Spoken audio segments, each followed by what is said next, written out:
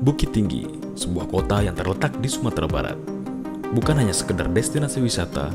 Di balik keindahannya tersimpan cerita panjang tentang perjuangan dan akulturasi budaya. Sejak masa penjajahan Belanda, kota ini telah menjadi pusat kekuasaan kolonial di wilayah Sumatera Barat. Dahulu, Bukit Tinggi adalah bagian dari nagari Kurai Limo Jorong, sebuah nagari di Luhua Agam. Saat Belanda tiba, mereka memanfaatkan pertikaian antara kaum ulama dan adat untuk menguasai wilayah ini. Melalui perjanjian dengan penghulu nagari Kurai, Belanda memperoleh izin untuk membangun benteng dan infrastruktur lainnya tanpa batas waktu tertentu. Dengan dibangunnya benteng Sterreschans yang kemudian dikenal sebagai Fort de Kock, Belanda memperkuat dominasinya atas daerah tersebut. Belanda menciptakan wajah baru bagi Bukit Tinggi dengan gaya arsitektur kolonial yang khas.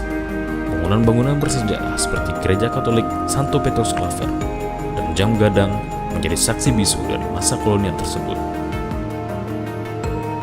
Namun, tidak hanya bangunan fisik, keberadaan Belanda juga mempengaruhi sistem pendidikan dengan membangun sekolah-sekolah modern.